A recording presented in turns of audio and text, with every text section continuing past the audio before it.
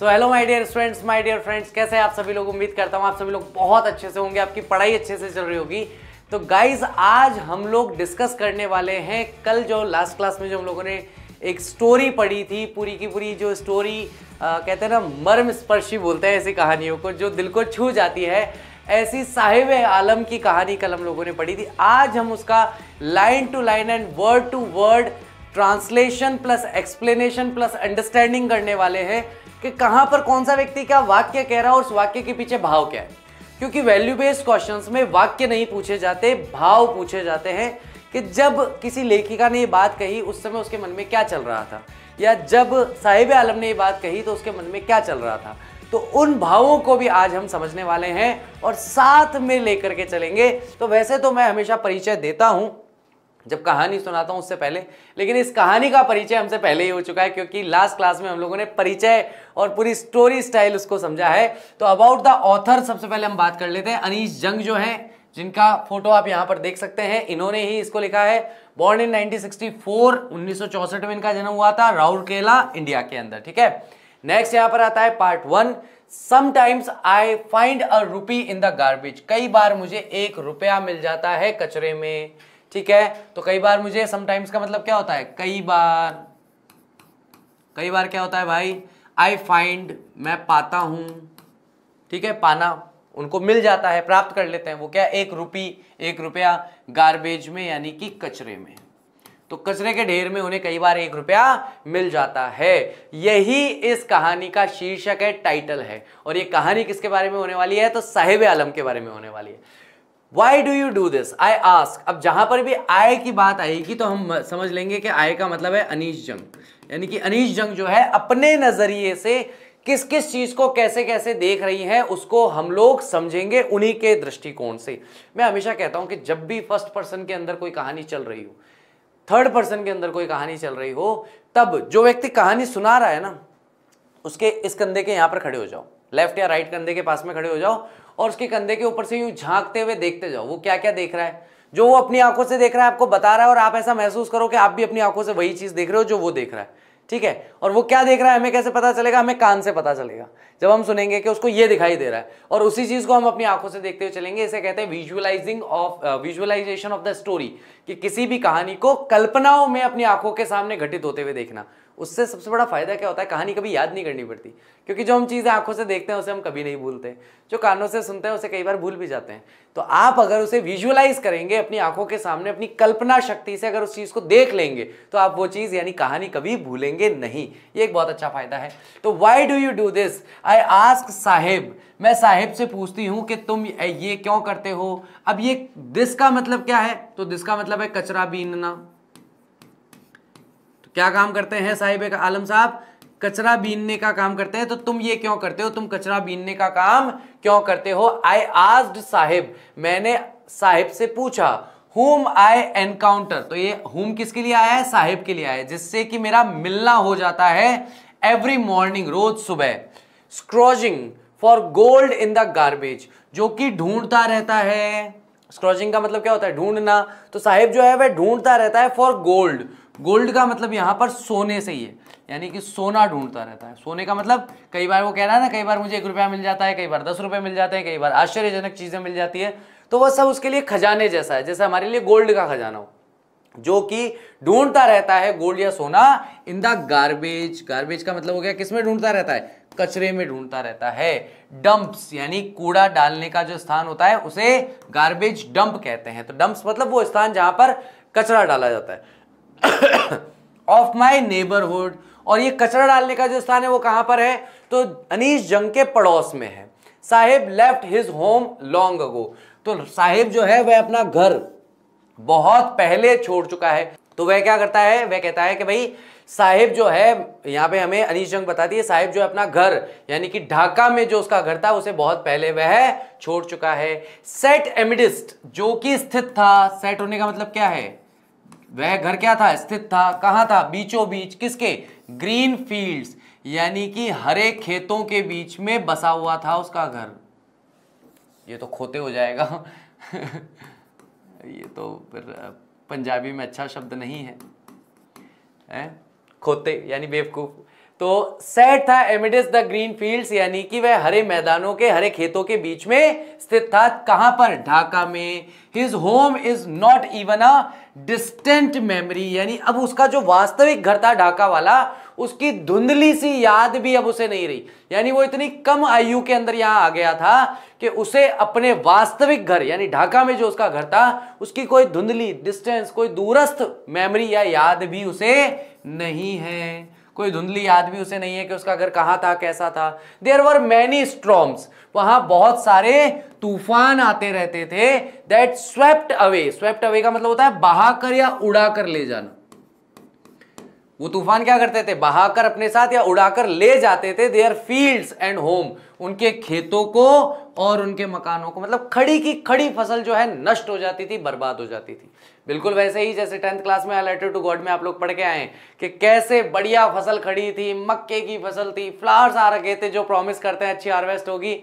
हुई ओलावृष्टि, सब खत्म, कोई एक दाना नहीं बचा खाने के लिए। तो यहां पर भी ये स्थिति बताई गई कि भैया जो वहां बड़े भारी तूफान आते थे वो उनके घरों को, उनके खेतों को उड़ाकर बहाकर ले जाते थे, यानी पूरी तरीके से नष्ट कर देते थे।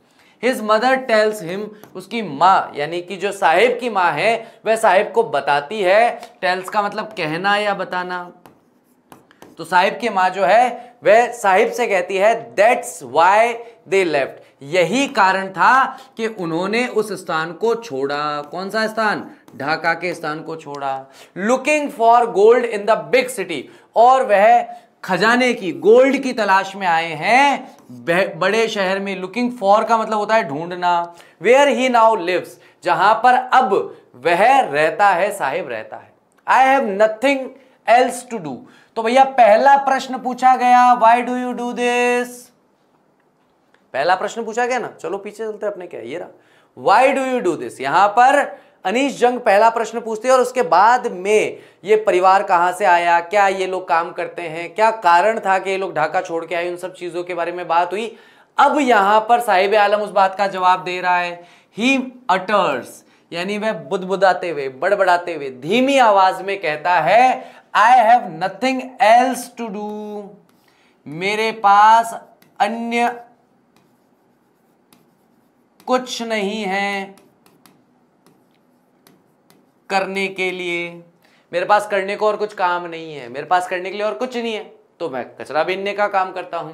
लुकिंग अवे, एक तरफ देखते हुए। लुकिंग अवे मतलब अन्य दिशा में देखते हुए। एक तो यह जिसमें आपसे सामने, आमने सामने, एक तो आपसे देख करके बात कर रहा हूं, आपको देख करके आपकी नजर में नजर डाल के बात कर रहा हूं, और मैं क्या, और कुछ यही नहीं करने के लिए तो क्या करेंगे, यही कर रहे हैं, ठीक है। That's called looking away.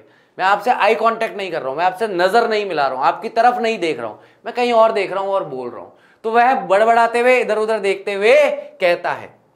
तो यहां पर अनीश जंग फिर से कहते हैं गो टू स्कूल, अगर तुम्हारे पास करने के लिए कुछ नहीं है तो स्कूल जाओ। आई से ग्लिबली, ग्लिबली मतलब मैंने चतुराई पूर्वक तरीके से कहा कि भैया अगर तुम्हारे पास कुछ नहीं है करने के लिए तो स्कूल जाओ, यानी कि एक तरीके से वो यहां चतुराई दिखाने का प्रयास कर रही है।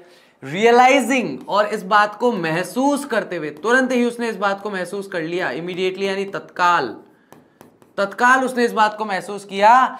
How hollow the advice must sound, कि ये जो उसने उसे सलाह दी है, ये जो उसने राय दी है कि भैया स्कूल जाओ, ये वास्तविकता में ये राय कितनी खोखली है, या सुनने में, मस्ट साउंड का मतलब होता है सुनने में ये कितनी खोखली प्रतीत होगी। कह तो दिया स्कूल जाओ, लेकिन वास्तविकता में क्या ऐसे बच्चों के घर के हालात ऐसे होते हैं कि बच्चे स्कूल जा पाए? जैसा कल अपन ने बात की थी ना लास्ट लेक्चर के अंदर, जिसके पास चने हैं उसके पास दांत नहीं है, जिसके पास दांत है उसके पास चने नहीं है। तो यहां पर यही स्थिति है कि भैया यहां पर तत्काल ही उन्हें महसूस हो गया, अनीश जंग को, कि जो सलाह उन्हें दे रही है ये सलाह कितनी खोखली जान पड़ती है। इस सलाह के पीछे कोई बेस नहीं है, कोई धरातल नहीं है। वास्तविकता में जमीनी स्तर पर कोई ऐसा कार्य नहीं हो रखा जहां पर ऐसे बच्चों को विद्यालय में स्थान मिले।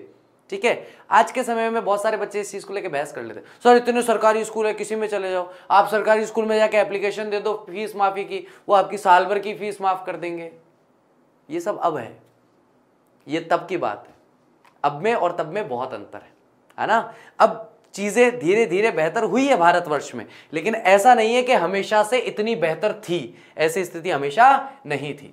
There is no school in my neighbourhood, मेरे पड़ोस में कोई स्कूल नहीं है। आपने तो कह दिया स्कूल जाओ, लेकिन मेरे पड़ोस में कोई स्कूल नहीं है। When they build one I will go, जब वे एक विद्यालय बना देंगे, बनाने के लिए हम यहाँ पे क्या बोल रहे हैं, निर्माण, जब वे एक विद्यालय का निर्माण कर देंगे वहां पर तो मैं चला जाऊंगा। आप कह रहे हो भाई स्कूल जाओ, और मैं कह रहा हूं मेरे घर के आसपास अड़ोस पड़ोस में कोई स्कूल है ही नहीं, जब बना देंगे मेरे घर के पास में स्कूल बन जाएगा तो मैं चला जाऊंगा। कितनी संभावना है किसी झुग्गी झोपड़ी के आसपास कोई भी व्यक्ति तनाव लेकर के स्कूल बनाने की प्रक्रिया वहां पर करेगा। खास करके ऐसे जगह पर जहां पर उसे पता है कि लोगों को 2 वक्त की रोटी भी नहीं मिलती, वहां कोई व्यक्ति जाकर विद्यालय खोलेगा तो उसको पता है कि वो विद्यालय का संचालन ही नहीं कर पाएगा। ठीक है, if I start a school will you come. अब देखो ये सेंटेंस बड़ा मतलब हृदय विदारक है, दिल तोड़ देने वाला वाक्य है। यहां पर एक हाइपोथेटिकल सिचुएशन में एक कल्पना करते हुए अनीश जंग पूछ रही है कि अच्छा अगर मान लो मैं स्कूल खोलूं तो तुम आओगे। यहां पर उसका कोई इरादा नहीं है ये कहने का कि चलो ठीक है मैं स्कूल शुरू करती हूं अपने यहां, तुम आओ और मेरे यहां आकर मेरी स्कूल में पढ़ो। 2 अलग अलग भावनाएं हैं। अनीश जंग कहना क्या चाहती है कि अगर मैं स्कूल खोलूं तो क्या तुम आओगे पढ़ने, या वो केवल जानना चाहती है कि बच्चे का पढ़ाई को लेकर के क्या सोच है, क्या वो स्कूल जाना चाहता है, पढ़ना चाहता है, या क्या वो सोचता है इस चीज के बारे में। लेकिन यहां पर साहिब उस बात को अलग तरीके से समझता है। साहिब को लगता है कि आहा अब लाइफ में एक अपॉर्चुनिटी मिली कि मैं स्कूल जा सकता हूं, मैं स्कूल में पढ़ सकता हूं, मैं भी दूसरे लोगों की तरह पढ़ लिख करके बड़ा आदमी बनूंगा। यही चीज, if I start a school, अगर मैं एक विद्यालय प्रारंभ करती हूं, विल यू कम, क्या तुम आओगे। आई आस्क, मैंने पूछा, हाफ जोकिंगली, आधा मजाकिया अंदाज में। यस, हाँ। ही सेज, वह कहता है, स्माइलिंग ब्रॉडली, यानी खुल करके एक बड़ी सी हंसी दिखाते हुए, एक बड़ी सी, चलो हंसी तो हटाओ, एक और शब्द, अच्छा शब्द मिला है मुझे उस बच्चे के लिए, उस बच्चे की हंसी को हंसी ना कह के मुस्कान कहा जाए, कि एक बड़ी सी मुस्कान के साथ अपने चेहरे पर एक बड़ी सी हैप्पी स्माइल वो लेकर के आता है और कहता है कि हाँ मैं आऊंगा। अ फ्यू डेज लेटर, कुछ दिनों के बाद, आई सी हिम रनिंग अप, मैंने उसे दौड़ते हुए देखा या दौड़कर आते हुए देखा। दौड़ना, रनिंग अप, दौड़कर मेरे करीब आते हुए देखा, टू मी, मेरे पास। इज योर स्कूल रेडी, और आते ही साहिब क्या पूछता है, क्या आपका स्कूल तैयार हो गया। अब देखो यहां पर हो गया ना, कॉन्ट्राडिक्ट सिचुएशन हो गई कि जो अनीश जंग है वो तो कहना ही नहीं चाहती थी ना कि भाई चलो मैं स्कूल शुरू कर रही हूं तुम आ जाना, लेकिन यहां पर साहिब को एक फॉल्स होप मिल गई, एक झूठी आशा उसके मन में जाग गई कि अच्छा ये she is a very good lady, ये हमसे बहुत बात करती है, अच्छे से बात करती है, प्यार से बात करती है, हमारे बारे में सब कुछ जानना चाहती है। जबकि समाज में, सामान्य समाज में ऐसे लोगों को धुतकारा जाता है, अपने आसपास तक कोई नहीं देखना चाहता, घृणा करते हैं लोग, ऐसे लोगों से घिन करते हैं कि यार दूर रहो। ऐसी कंडीशन में अगर एक अनीश जंग ऐसी महिला है जो इनके पास है, इनके साथ है, इनसे बात कर रही है, तो उसके मन में एक उम्मीद जागी कि ये जो she is a good lady and this good lady is going to do something for us, कि ये अच्छी महिला जो है, ये सज्जन महिला जो है हमारे लिए विद्यालय खोलेगी। और इसलिए वो आकर के पूछता है, इज योर स्कूल रेडी, क्या आपका स्कूल तैयार है, क्या आपका स्कूल बन चुका है, हम तो आ गए पढ़ने के लिए, हम तो आज तैयार है पढ़ने के लिए। It takes longer to build a school, बहुत लंबा समय लगता है, बहुत लंबा समय लगता है विद्यालय का निर्माण करने में, एक स्कूल को बनाने में काफी लंबा समय लगता है। आई से, मैंने कहा या मैं कहती हूं, एम्बेरेस्ड, एम्बेरेस्ड का मतलब हुआ शर्मिंदा हुई या ग्लानि से भरी हुई। अब ये जो जवाब उन्होंने दिया है कि भाई स्कूल बनाने में टाइम लगता है, इतना आसानी से इतने कम समय में स्कूल नहीं बन जाते हैं। अब ये बात वो कह तो रही है, लेकिन उसके मन में एक बहुत ही बड़ा गहरा दुख है, आत्मग्लानि है, गिल्ट की फीलिंग है उनके मन में, बहुत गिल्टी होते हुए, शर्मिंदा होते हुए कहती है, eight having made a promise that was not meant, कि उसने एक ऐसा वादा कर दिया है जो वादा वह नहीं करना चाहती थी, मतलब उसके कहे हुए शब्दों का वो मीनिंग नहीं था, वह अर्थ नहीं था जो अर्थ साहिब ने समझा, लेकिन उस वजह से ना चाहते हुए भी उसने साहिब से एक वादा कर दिया था। उसके शब्दों से ही शायद साहिब को ऐसा लगा कि ये हमारे लिए कुछ करने वाली है, तो उसे ये लगा कि भाई इन्होंने वादा किया है, प्रॉमिस किया है कि हमारे लिए एक स्कूल बनाएंगी। तो eight having made a promise, यानी कि वह इस बात से बहुत शर्मिंदा थी कि उन्होंने एक ऐसा वादा कर दिया था दैट वाज नॉट मेंट, जो वादा वो करना नहीं चाहती थी। बट प्रोमिसेस लाइक माइन, लेकिन मेरे वादे जैसे और जो वादे हैं, मेरे वादे जैसे और जो वादे हैं, लाइक माइन, जैसा कि मेरा वादा था, abound in every corner of his bleak world. ऐसे झूठे या फर्जी वादों से ऐसे जो बच्चे हैं उनका फीका संसार भरा हुआ है। ऐसे बच्चों का जो संसार है वो ऐसे झूठे वादों से भरा हुआ है। जो भी उनके सामने आएगा, जो भी उनसे बात करेगा, उनसे इसी तरह के वादे करेंगे। अरे नहीं तुम्हारे लिए अच्छा मकान बनवा देंगे, अरे नहीं तुम्हें झुग्गी झोपड़ियों से निकल के अच्छी नौकरी मिल जाएगी, अरे नहीं तुम्हारे सब अच्छा हो जाएगा, नहीं नहीं आज शाम को तुम अच्छा भोजन कर पाओगे, अरे नहीं नहीं एक दिन आएगा तुम साफ सुथरे कपड़े पहनोगे। इस तरह के जो वादे हैं वो इस तरह के बच्चों से अक्सर इस खोखले संसार में, इस फीके संसार में, इस बुरे संसार में किए जाते रहे हैं। ये उन्हें तत्काल इस बात का अनीश जंग को एहसास होता है कि प्रोमिसेस लाइक माइन, कि मेरे जैसे जो वादे हैं, abound in every corner of his bleak world, इनका जो फीका पड़ा संसार है उसके हर कोने में ऐसे वादे भरे पड़े हैं, लेकिन कोई उन वादों को पूरा नहीं कर रहा, कोई उन वादों को पूरा करने आगे नहीं आ रहा है। आपको एक चीज समझ में आ रही होगी, स्टोरी बहुत धीरे चल रही है। अनीश जंग आई, ये क्यों करते हो, फिर 2 पेज निकल गए, 3 पेज निकल गए, और कुछ है ही नहीं करने के लिए। स्कूल क्यों नहीं जाते, है ही नहीं घर के आसपास, जब वो बना देंगे चल जाएंगे। फिर आता है भाग करके, आपका स्कूल तैयार है क्या। तो अनीश जंग यहां पर न केवल आपको एक कहानी सुना रही है, वो हर कहानी के बाद, हर वाक्य के बाद उनके पीछे किस तरह का संघर्ष, वैचारिक संघर्ष उनके मन में चल रहा है, वो उसे भी स्पष्ट कर रही है कि मेरे विचारों में और साहेब के विचारों में, साहेब का जो लाइफ का बैकग्राउंड है, उन सारी चीजों को वो साथ में लेते हुए चल रही है। इसलिए स्टोरी आपको थोड़ी सी स्लो फील होगी। अगर आप केवल कहानी सुनना चाहते हैं पॉइंट टू पॉइंट, तो वो तो कल के परसों के लेक्चर में हो चुका। अब तो हमें हर वाक्य के पीछे का भाव समझना है, और इसके लिए आपको अनीश जंग से जुड़ना होगा, उसके जैसा व्यक्ति बनना होगा, एक जेनरस, एक उदार हृदय वाली महिला बनना होगा। चाहे आप पुरुष हो, महिला हो, कोई फर्क नहीं पड़ता, लड़का हो, लड़की हो, कोई फर्क नहीं पड़ता। लेकिन आपको अनीश जंग से अगर आप जुड़ेंगे तो आपको पता चलेगा कि उनके मन में इन वंचित वर्ग के बच्चों के लिए कितनी पीड़ा है, कितनी वेदना है, उसे आप महसूस कर पाएंगे। तो it's not a story to read और learn, it's a story to feel. ये एक ऐसी कहानी है जो आपको महसूस करनी है। After months of knowing him, जब कई महीने बीत गए, है ना, कई महीने, जब कई माह बीत गए कि जब मैं उन्हें जानती थी, या जानना, जनाना हो गया तो ऐसे नहीं होगा, जानना, उन्हें जानते हुए या उसे जानते हुए, जब साहेब को जानते हुए मुझे कई माह बीत गए, I ask him his name, तब मैंने उनसे, यानी उस लड़के से, उसका नाम पूछा, और उस लड़के ने अपना नाम बताया। क्या बताया, साहेब आलम है। अब मानो कि आप ऐसे किसी व्यक्ति से मिले जो नेत्रहीन हो, ऐसे किसी आप व्यक्ति से मिलते हैं जो बिल्कुल ही नेत्रहीन हो, कि भैया वो देख ही नहीं सकता, जन्मांध है, जन्म से ही उनके नेत्र नहीं है, और आप उनसे पूछें भैया आपका नाम क्या है, और वो आपको अपना नाम बताए, भैया मेरा नाम नयन सुख है, कैसा महसूस होगा आपको कि आपके सामने एक ऐसा व्यक्ति बैठा है जो देख नहीं सकता, और उसका नाम क्या है, नयन सुख। ऐसा व्यक्ति जिसे आंखों के सभी सुख प्राप्त हो, वह नयन सुख है। और आपके सामने जो व्यक्ति बैठा है उसकी क्या स्थिति है, वास्तविक स्थिति, कि उसके नयन है ही नहीं, वो देख ही नहीं सकता, आंखों में दृष्टि नहीं है। तो यही स्थिति यहां पर अनीश जंग महसूस करती है। जैसे ही वो अपना नाम बताता है, साहिब आलम, ही अनाउंसेस, वह घोषणा करता है, अपना नाम बताता है। He does not know what it means, Sahib जो है ये बात नहीं जानता कि इसका अर्थ क्या है, इस शब्द का, साहिब आलम शब्द का अर्थ क्या है, साहिब इस बात को जानता नहीं है।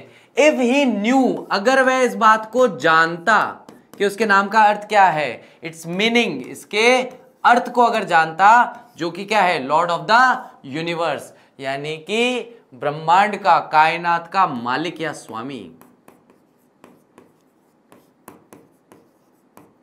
ऐसा व्यक्ति जो अखिल ब्रह्मांड का स्वामी है उसको कहते हैं साहिब आलम। ठीक है, तो अगर उसे अपने नाम का अर्थ पता होता, he would have a hard time, उसे बहुत मुश्किल हो जाती बिलीविंग इट, अपने नाम के अर्थ में विश्वास करने में।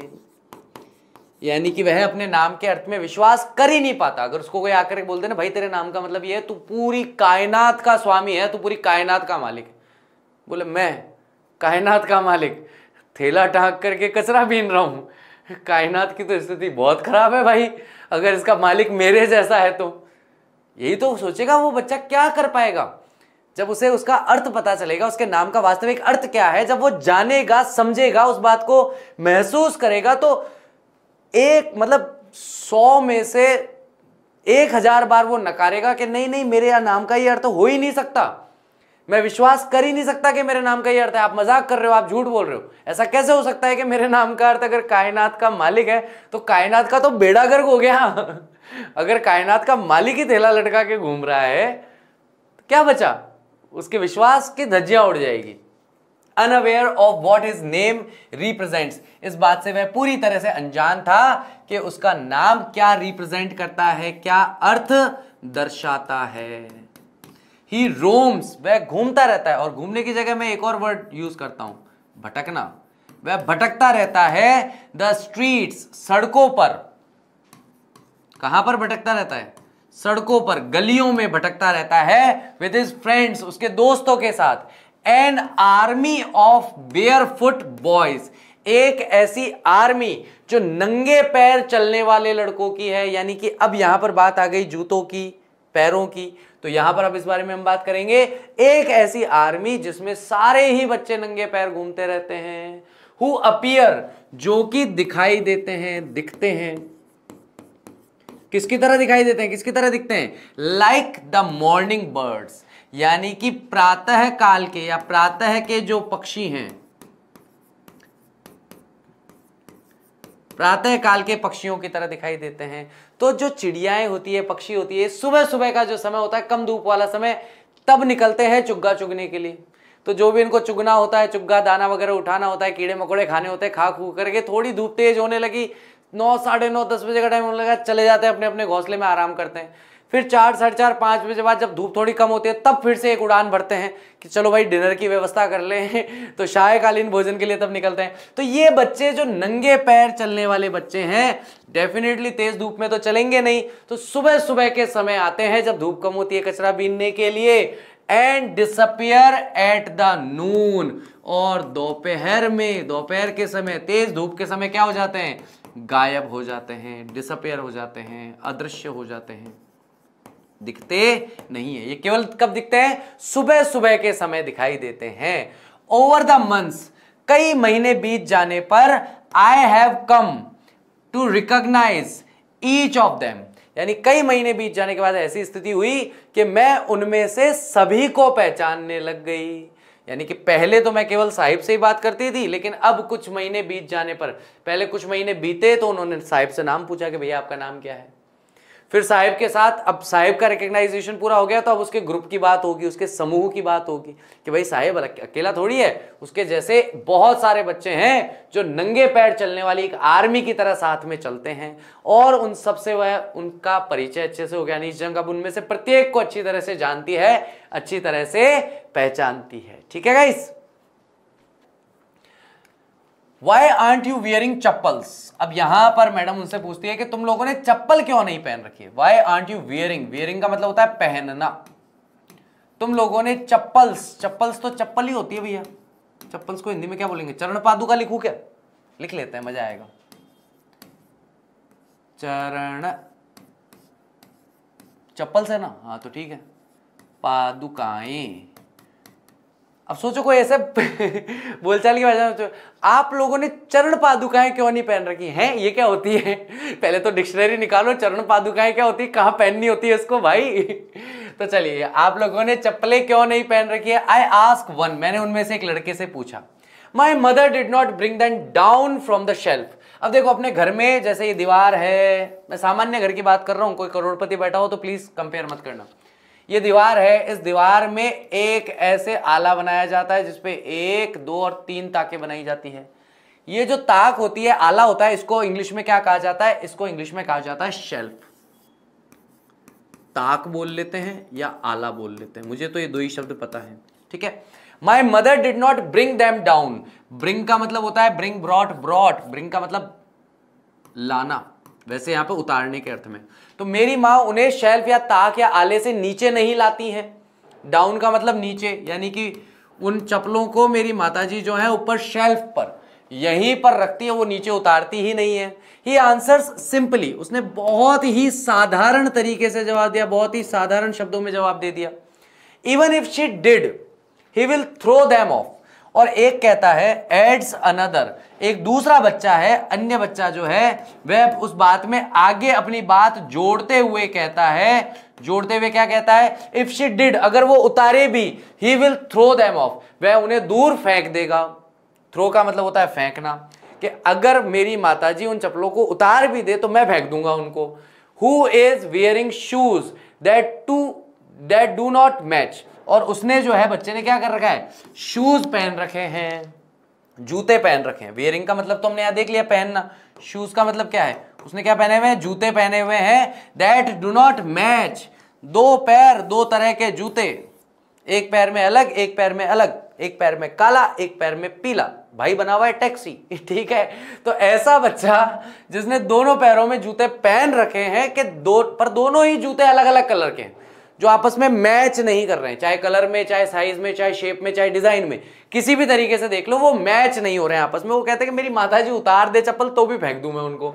When I comment on it, जब मैंने इस बात पर टिप्पणी की, जब मैंने इस बारे में कुछ कहा, he shuffles his feet and says, तो वह अपने पैरों को इधर उधर घसीटने लगा, और घसीटते हुए कहता है, says nothing, कुछ भी नहीं कहता।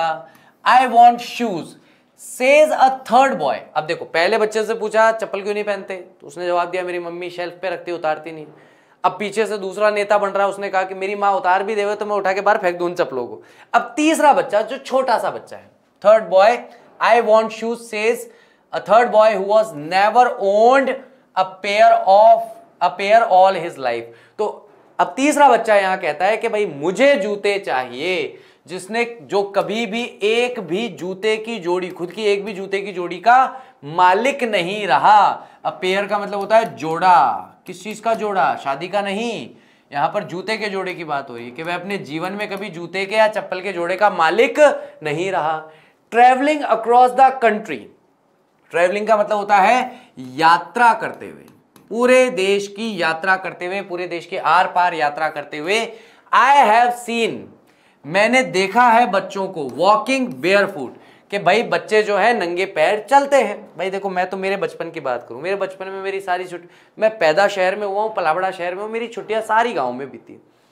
मैं यहां से गांव जाता था तो ऐसा नहीं कि मेरे पास चप्पल या जूते नहीं थे, लेकिन पहनते नहीं थे। और क्यों नहीं पहनते थे, अब मैं सोचने की कोशिश भी करता हूं तो याद नहीं आता कि क्यों नहीं पहनते थे। कोई मतलब विशेष कारण याद नहीं आता, मतलब एक सिंपल सा कारण याद आता है, यार कोई नहीं पहनता तो हम भी नहीं पहनते, सिंपल सी बात है। गांव के हमारे जो दोस्त थे, यार दोस्त थे मेरे ननिहाल के, मेरे खुद के गांव के, वो भी नहीं पहनते, हम भी नहीं पहनते। वो कुश्ती खेलते, हम भी कुश्ती खेलते। वो उठा के एक दूसरे को मिट्टी में पटकते, हम भी पटकते। वो जाके नदी में तैरते, हम भी तैरते। वो जाकर के भैंस का पूंछड़ा पकड़ते, हम भी पकड़ लेते। बात ही खत्म। सिंपल सी बात है ना।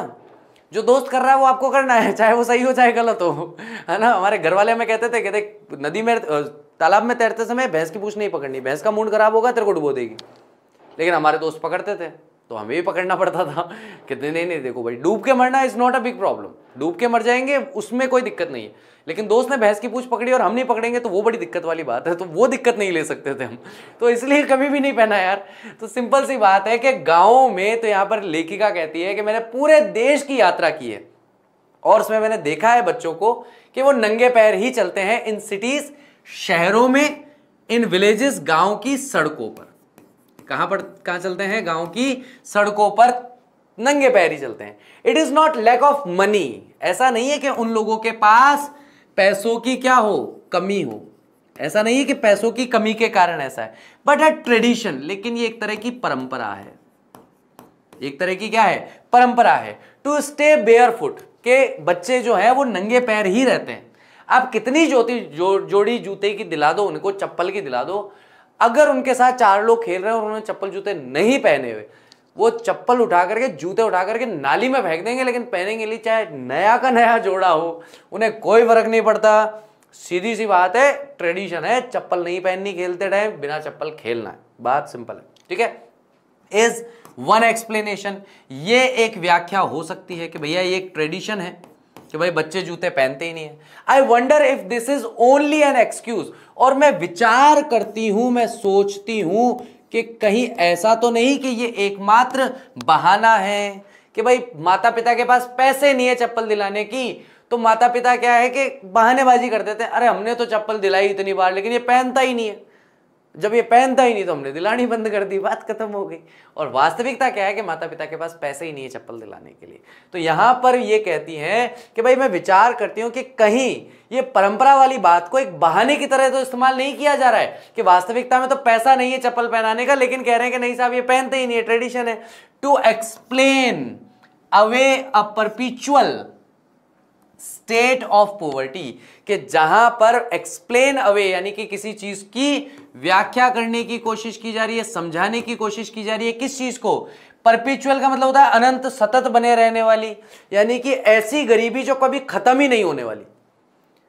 पैदा गरीब हुए चलो कोई नहीं, बड़े गरीब हुए कोई दिक्कत नहीं, शादी गरीब होकर के करी, शादी गरीब हो गई कोई दिक्कत नहीं, गरीब के बच्चे हुए ठीक है, गरीब जो है बूढ़ा हो गया, ठीक है बूढ़ा हो गया, गरीब मर गया, लेकिन ये पैदा भी गरीब हुआ, मरा भी गरीब। तो ये परपेचुअल स्टेट ऑफ पॉवर्टी है, अनंत या निरंतर या सतत गरीबी की स्थिति बने रहना, हमेशा गरीब, शुद्ध गरीब, ऐसे नहीं पहले गरीब फिर अमीर हो गए फिर वापस गरीब हो गए, ना, शुद्ध गरीब, बिल्कुल 100% गरीब, कि पैदा हुए गरीब और मरेंगे भी गरीब। तो वो परपेचुअल स्टेट ऑफ पॉवर्टी को दर्शाने का या उसे छुपाने का बहाना तो नहीं बना रहे ट्रेडिशन के नाम पर। तो ये चीज यहां पर हमें देखने को मिलती है। चप्पल की ही बात हम कल भी करेंगे, नेक्स्ट लेक्चर में इसको और डिस्कस करेंगे, जहां पर हम ये देखेंगे कि उदीपी के एक व्यक्ति ने इन्हें कौन सी एक पंडित जी की कहानी सुनाई थी, जो कि देवी माँ से, माँ भगवती से प्रार्थना करता है, हे माता रानी कुछ नहीं चाहिए जीवन में, सब आपकी कृपा है, एक जोड़ी जूते दिला दो बस ठीक है। तो उस कहानी को हम अपने नेक्स्ट लेक्चर में डिस्कस करेंगे। उम्मीद करता हूँ आज का लेक्चर अच्छी तरीके से समझ में आया होगा, आपने अच्छे से एंजॉय किया होगा, इसे फील भी किया होगा, आप समझते हुए चल रहे होंगे अनीश जंग जो है वो कैसे वैचारिक द्वंद्वों के साथ इस कहानी को बता रही हैं, इस लेसन को लिख रही हैं, और उम्मीद करता हूं कि आप उनसे जुड़ पा रहे होंगे, कनेक्ट हो पा रहे होंगे। तो मिलते हैं अगले लेक्चर में, till that take care of yourself, bye bye, I will see you soon, bye.